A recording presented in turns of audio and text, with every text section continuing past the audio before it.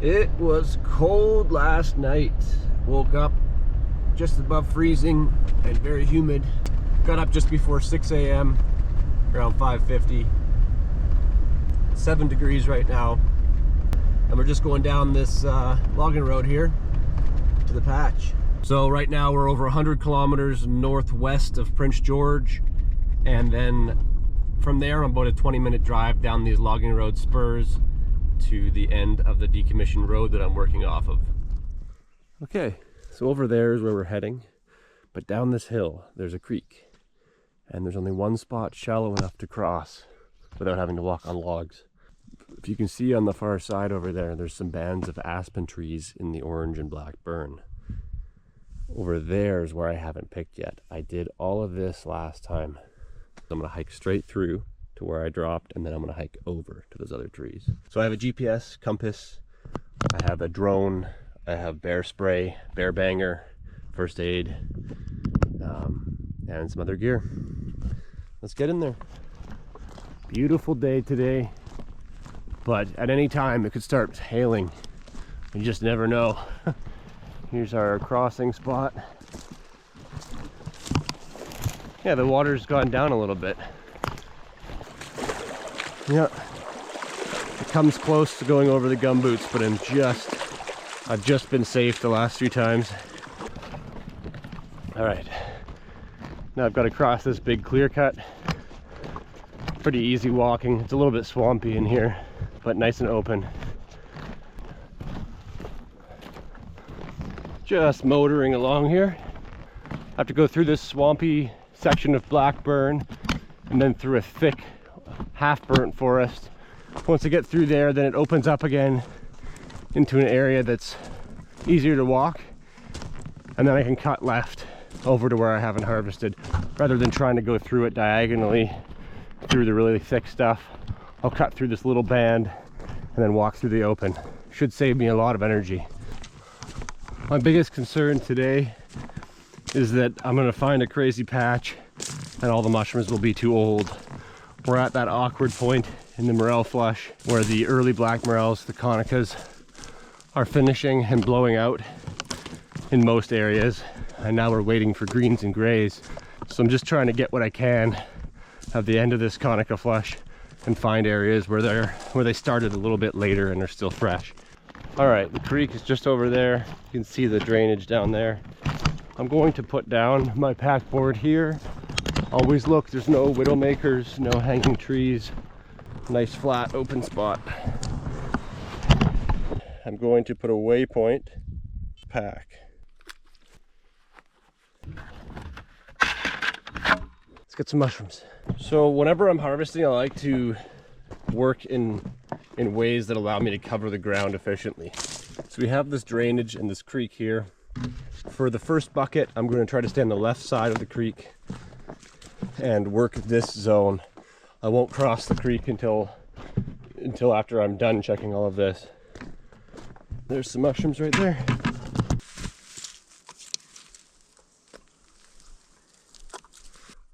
Fresh morels.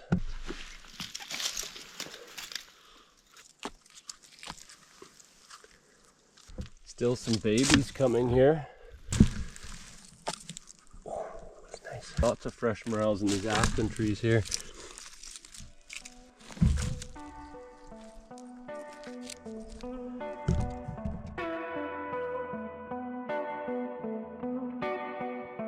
Nice clean mushrooms.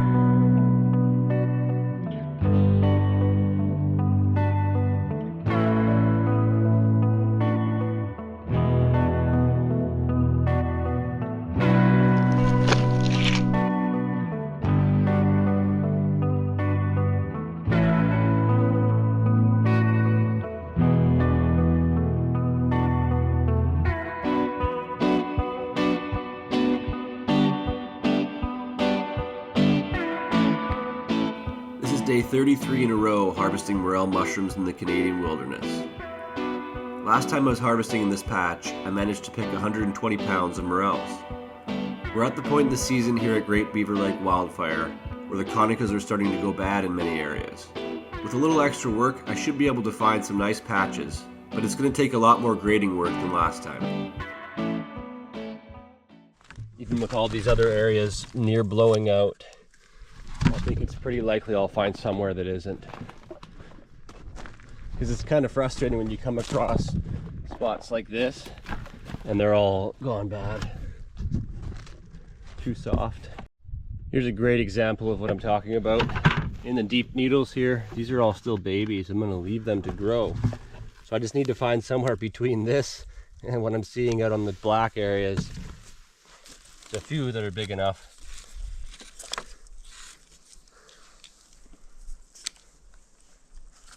Oh, there's a big one.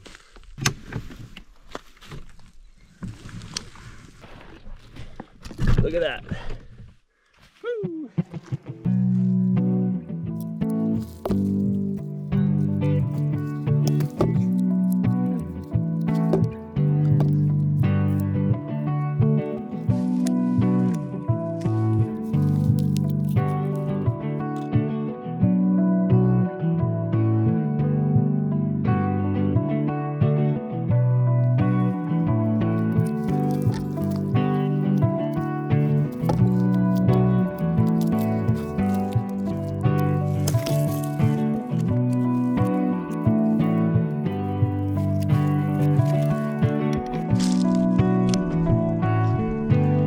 There's a little gray, M. tomentosa.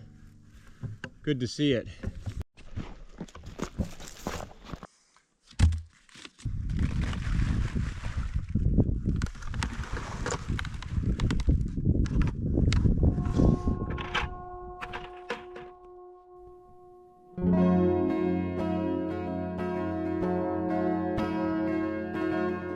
This patch has been very generous to me. I've worked hard through sunshine, thunder, hail, and mosquitoes to make the most of this opportunity. This area covered in lodgepole pine trees on the top of the hill has almost no mushrooms, and a lot of the black open hardburn is starting to blow out. I'm searching for areas with the perfect amount of moisture, especially in the orange soft burn where the canopy is more shaded and there's a nice layer of spruce needle mulch.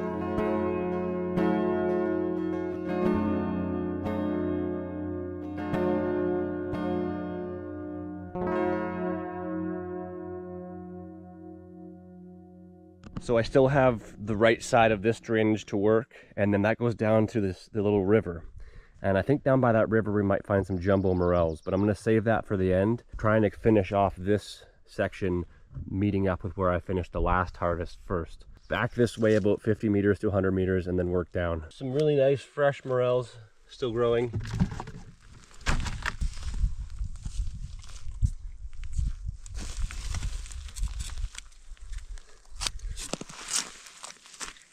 Yeah, see, even most of these are blowing out in the needles here.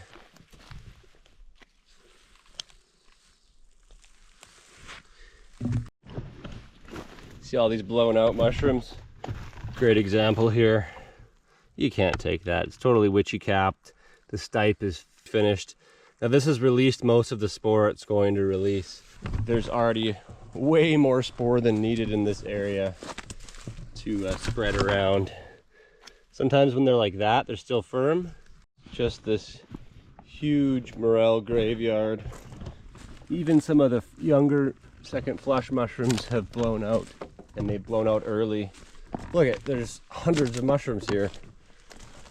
There's a couple that are still good.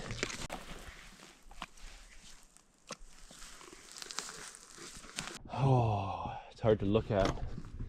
Something that I've noticed over the years, commercially drying morels in large volumes, because I've seen it so many times. When there's blown out mushrooms or mushrooms that start to spore, there seems to be something that happens very similar to plants.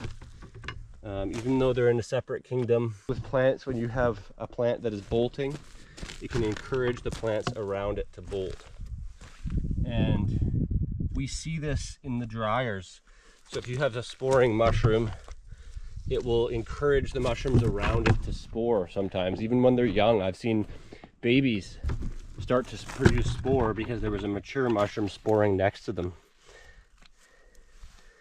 Some of these are trying to blow out at that size, and there's a whole bunch of mushrooms nearby that are fully blown out.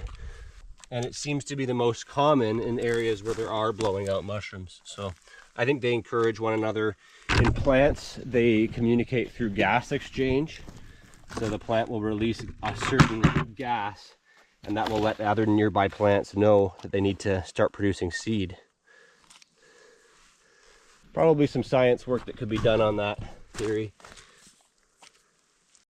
Woo! There's some Johnny Honkers.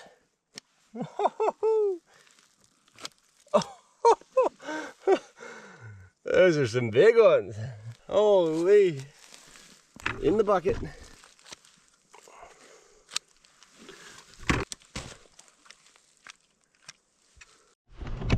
Well, this is very encouraging. I'm starting to see a nice fresh crop of mushrooms in the green topped burn. We've been wondering about this. Some areas like this don't burn hot enough, but I guess this did.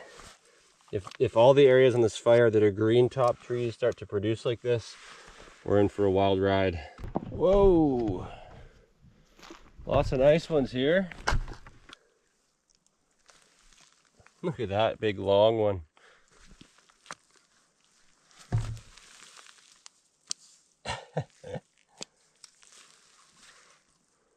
Morel fingers. Batter them up, put them in the deep fryer. Some really nice mushrooms coming out of this spot here. They're a little more yellow. They are in a ladder. See how the ridges on the mushroom are darker in color, and they will go darker as they age. But at this stage in their growth, they look a lot more like yellows, even though they're black morels. See?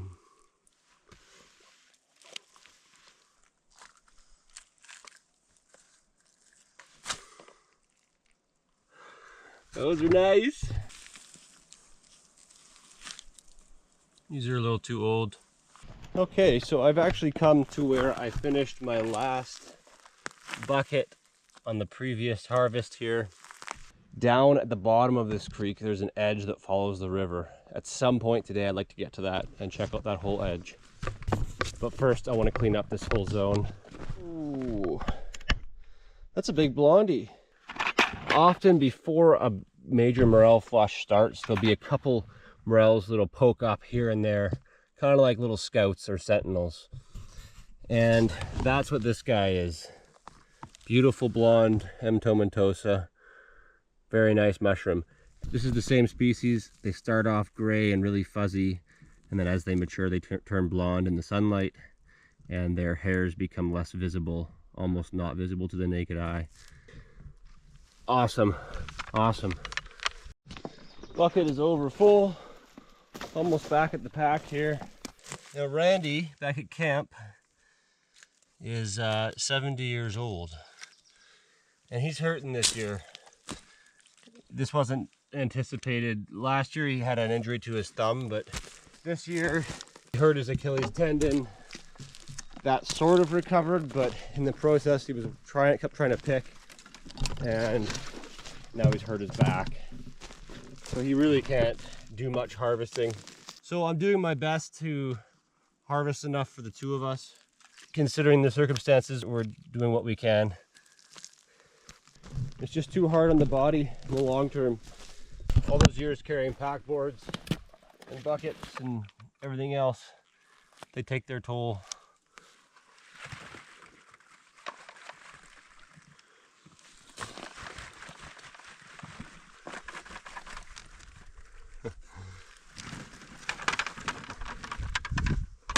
Don't leave that guy out. It's a nice one. Okay, 2.5 baskets so far. There's still one section of ground over that way, that between my two GPS lines, that I'm curious about. But I just want to switch it up for a bit. So this time I'm going to come down the right side of this big drainage I was just working. The last bucket there was sort of through here. The last two buckets were through here. This time I'm going to come around and down it on that side. This is interesting. Main drainage goes that way, but there's sort of this offshoot side drainage going this way. Lots of little mushrooms in here. I'm gonna try to hop in there and grab a few. Nope.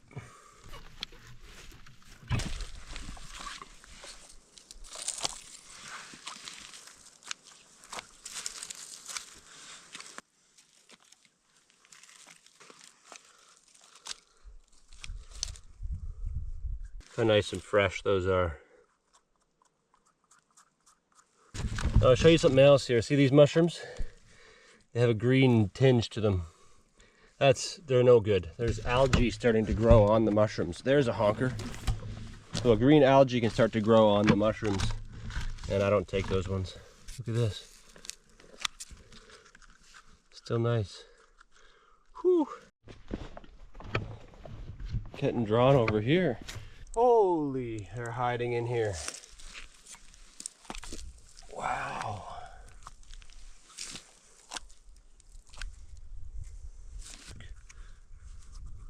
Beautiful mushrooms. I was just about to reach that creek. The mushrooms are telling me to go this way, into the needles. This expands the area by quite a significant amount.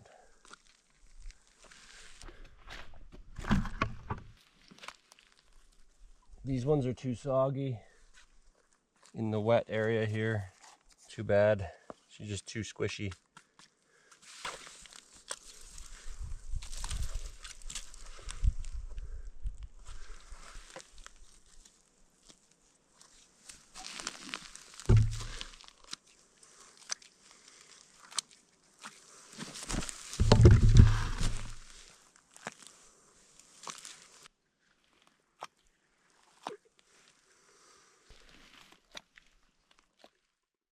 I'm gonna weigh up the mushrooms that Phil and I got, mostly Phil. You get 120 pounds, I had 10 pounds. So there was 130 pounds in total. This is the last of them that just finished being flashed. The rest are out there in boxes, so we're gonna pour them into here and then weigh them up. Here we go. Love that tinkle. Music. Oh, it's really raining now. Woohoo!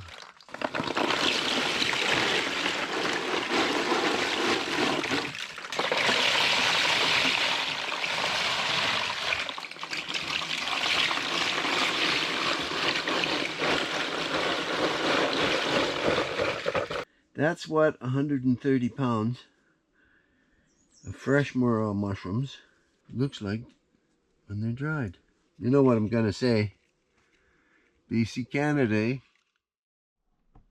Another morel graveyard. Yay!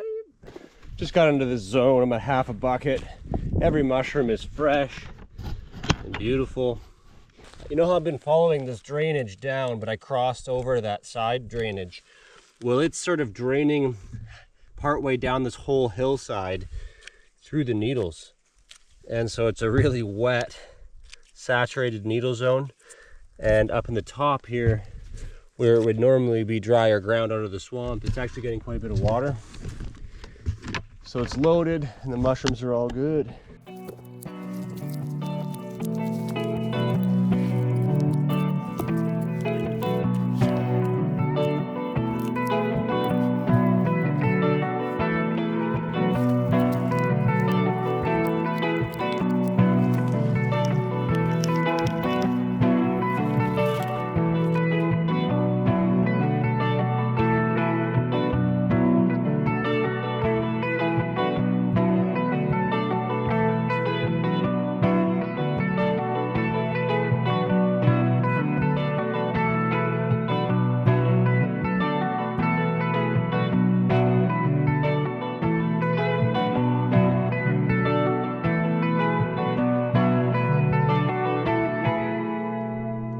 Would you look at that?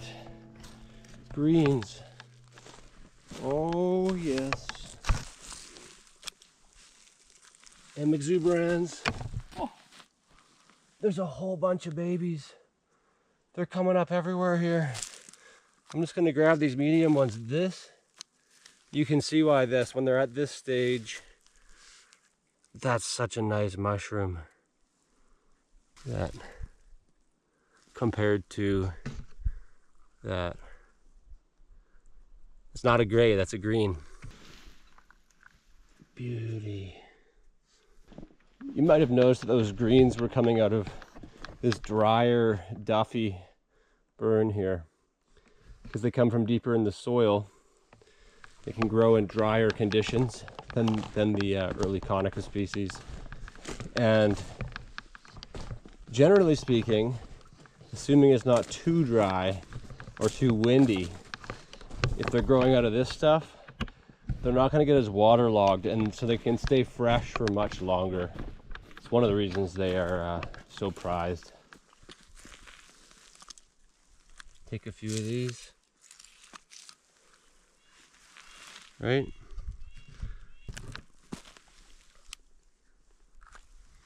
I think I see a bigger one over here.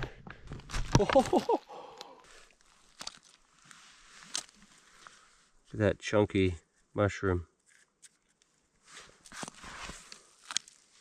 We'll leave that one, let it grow. I marked this on my GPS so I can come back and get the ones I've left.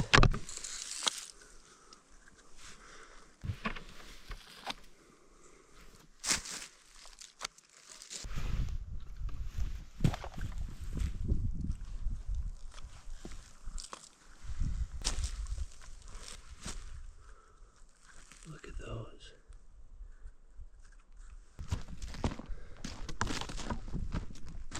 I think I can get another half bucket out of this ground before moving. I'm going to get all of these strapped on just in case something happens, then that work's already done, you know, if it starts raining or whatever. Pretty good day so far. The hardest part is walking through those morel graveyards. I walked past 3 times more mushrooms than I've harvested here that were too old to harvest. At least 3 times more. But still managed to get 4.5 baskets so far.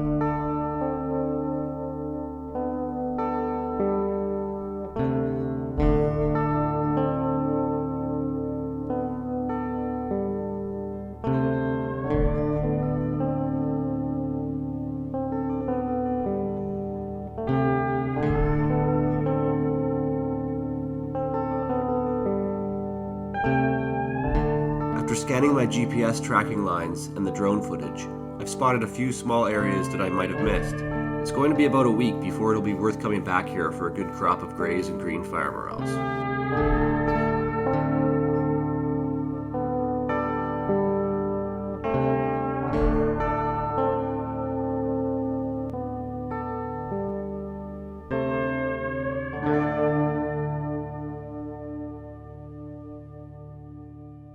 All right, I have the pack, 4 baskets strapped on there, half basket waiting to be filled, and I've got the garbage bag over the gear basket because I don't entirely trust the weather.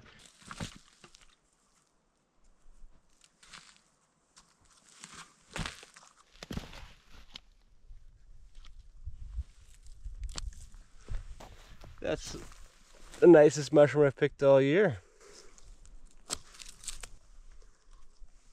Perfect green. Double walled. Good. Wow. 6 or 7 more greens here. What's happened is kind of what I was saying, what I guessed would happen. These needle areas, the soft burn, they're producing the black morels right now. And the black areas, those black morels are mostly finished, and we're starting to see greens and grays in there. So it's offset beautifully. A short waiting period.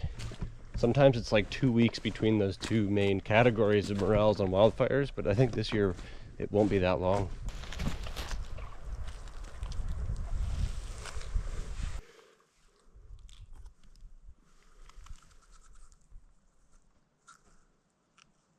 See, that one's got his green color coming out.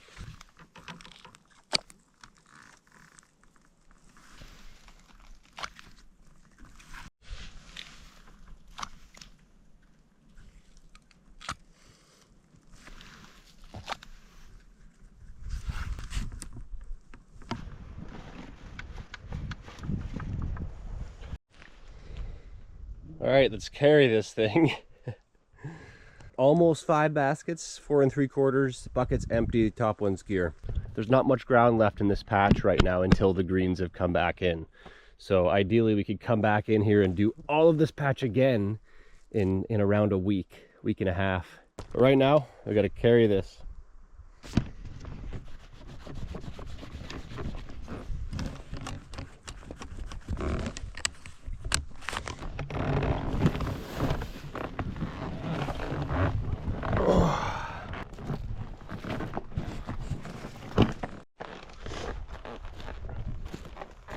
This will help break the packboarding into 2 trips, 2 separate walks. I don't get a break between them. Just trying to go easy on my leg. Pack's gonna stay right there, and I can just cover some ground real fast. The reason I don't want to carry the pack further, the way out is a pretty straight shot to where I need to cross the creek through that clear cut. If I try to go through that, I'm never getting through that with a packboard on.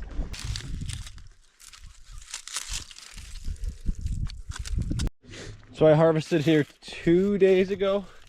There's all my stems. Those were big ones. These were babies, like tiny little babies that I left behind. And now I'd say they're big enough to harvest.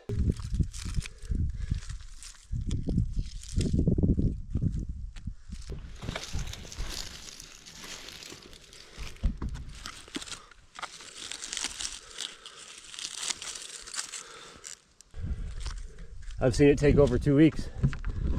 I've also seen it take 1 day.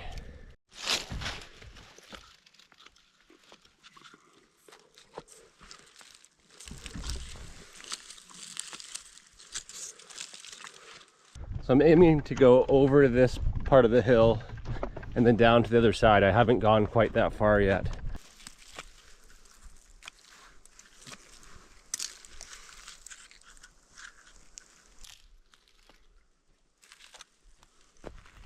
I am loading right now. I've just been going along, and all the mushrooms in here, almost all of them are good, and there's lots. I've just been cruising. I'm already over half a bucket.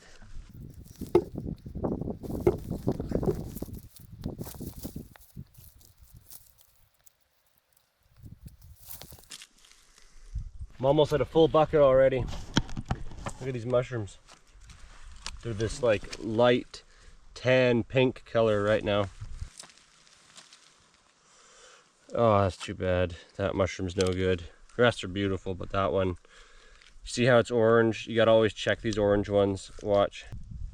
White mold.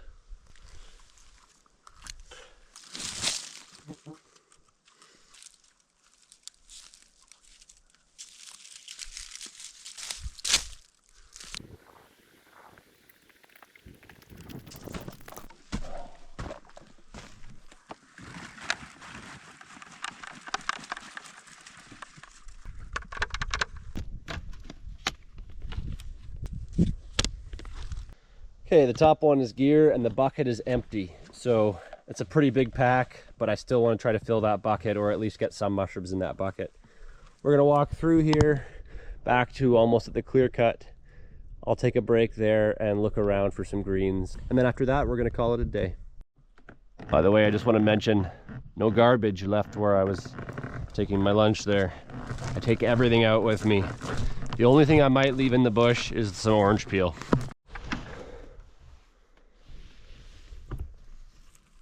Gray. Green.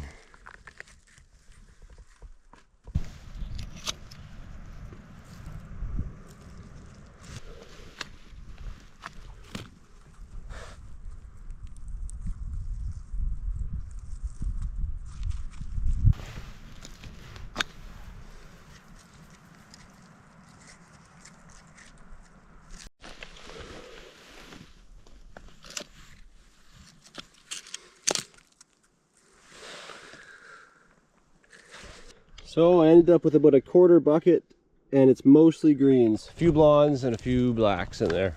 I had to walk quite a ways to get those because they're just starting, but they are just absolutely perfect mushrooms. It's been a good solid day.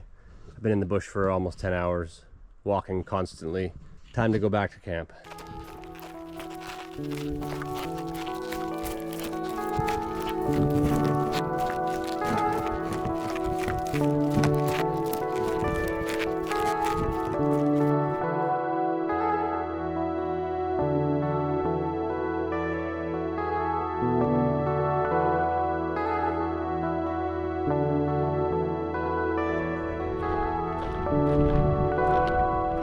I'm not getting hailed on this time. It's nice.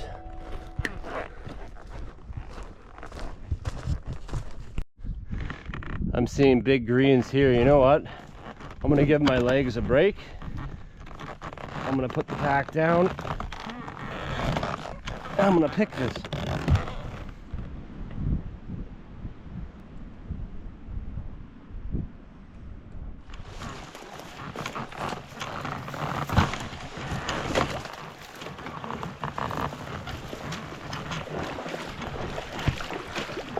Okay, time for Payne Hill.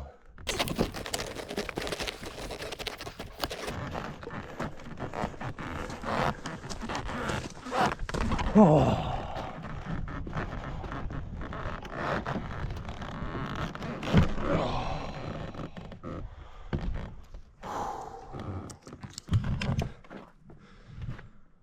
Whew.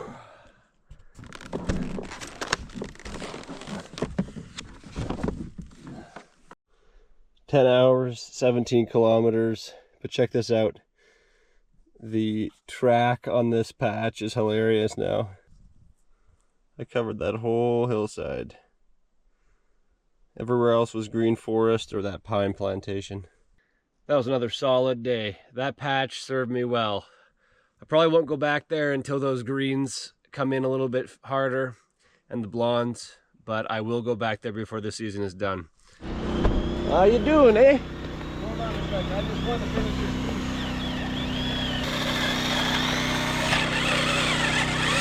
this. Struggling. Sweet, low racks. Oh, look at that blondie he picked. Woo! Look at that. Nice. Greeny. Oh yeah. Beef and barley soup. Yeah. That is gonna hit the spot. Let's just try the broth out here.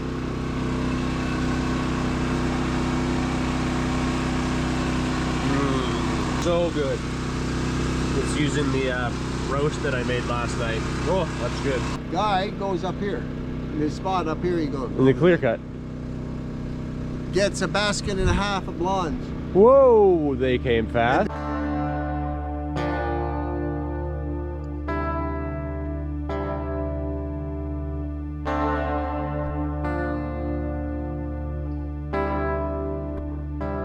$10.66. Yep. 10.58. Yep. 10.44. 67.45. Well, that's still pretty darn good. And there's some greens in there. I was hoping to break 70, but didn't quite make it. Up the hill you go. Yeah. With mine, you made 70. Yeah. So there's the greens from today. Look at those beautiful mushrooms. And then there's the grays and blondes. These are like little bouncy balls. There's a real nice, more mature one I can show you now. Solid. Now, even when they're only double walled, it's like 1/4 inch thick morel meat on the sides of that mushroom, even though it's only double walled. And they can be triple walled. Load them up. All right, crank her up, let her rip. Okay, everyone, the day is done. Got some greens, got some grays. Randy seems to be doing quite a bit better as well. He got those blow racks built, so that's a big positive. Overall, it was a great day. Hope you enjoyed the video. If you did, give it a like. Subscribe to the channel if you want to see more. This is all part of a watchable series, so we document all of our mushroom seasons from day 1 till finish in chronological order, and you can find that in the playlist tab on our homepage of our YouTube channel. If you want to support us further, you can find our online shop in the description of the video or on our homepage. And to everybody who has purchased from our online shop, thank you so much. That really helps. Greatly appreciate that. makes all of our hard work feel worth it. And with that, I hope you have yourself a great day, and we'll see you next time.